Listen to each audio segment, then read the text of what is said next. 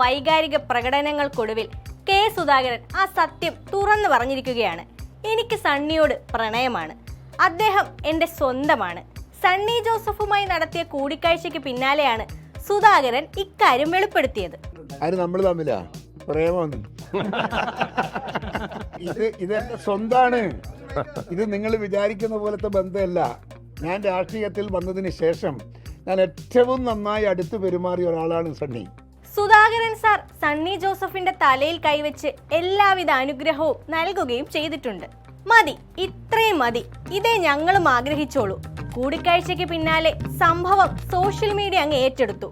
ഉള്ളിൽ കരഞ്ഞുകൊണ്ടാണെങ്കിലും സുധാകരൻജി നമ്മുടെ സണ്ണിയെ അനുഗ്രഹിച്ചല്ലോ.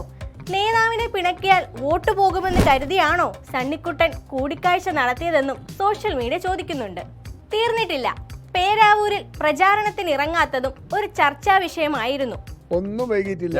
ഞാനും തിരക്കിലായിരുന്നു, അദ്ദേഹവും തിരക്കിലായിരുന്നു. നമുക്ക് തമ്മിൽ കാണാൻ സമയം നമ്മൾ രണ്ടു കൂട്ടരും കൂടി ആലോചിച്ച് തീരുമാനിച്ചതാണ് ഈ സമയം. അങ്ങനെ സുധാകരൻജി എല്ലാവരുടെയും സംശയത്തിന് മറുപടി നൽകിയിട്ടുണ്ട്. ആർക്കും സംശയമൊന്നുമില്ലല്ലോ അല്ലേ? ഞാൻ ഫുള്ളി ഹാപ്പി. ഫുള്ളി മാത്രമല്ല, ഫുള്ളി ഹാപ്പി. ഒരു സൗന്ദര്യ പിണക്കം ഉണ്ടായിട്ടില്ല. ഒരു പിണക്കവും നിങ്ങൾ ഉണ്ടാക്കണ്ട കേട്ടാ. അതെ, അത് വളരെ ശരിയാണ്. കുറച്ച് ദിവസങ്ങൾക്ക് മുൻപുണ്ടായ പിണക്കമൊന്നും രാഷ്ട്രീയ കേരളം പെട്ടെന്ന് മറന്നിട്ടുണ്ടാകില്ല. എന്തൊക്കെ ബഹളമായിരുന്നു. സീറ്റിനായി നേതൃത്വത്തെ സമ്മർദ്ദത്തിലാക്കുന്നു, കണ്ണൂരുമായുള്ള തന്റെ ബന്ധം എണ്ണിപ്പറഞ്ഞ് ഫേസ്ബുക്ക് പോസ്റ്റ് ഇടുന്നു, സ്വതന്ത്രനായി മത്സരിക്കുമെന്നും BJP-യിലേക്ക് പോകുമെന്നുമെല്ലാം അഭ്യൂഹങ്ങൾ പരക്കുന്നു. അവസാനം നീണ്ട ചർച്ചകൾക്കൊടുവിൽ അദ്ദേഹം മത്സരത്തിൽ നിന്ന് പിന്മാറി. അവിടുന്ന് തുടങ്ങിയതാണ് സണ്ണി സുധാകരൻ ബന്ധത്തിന് വിള്ളൽ വീണെന്നുള്ള മുറുമുറുപ്പുകൾ.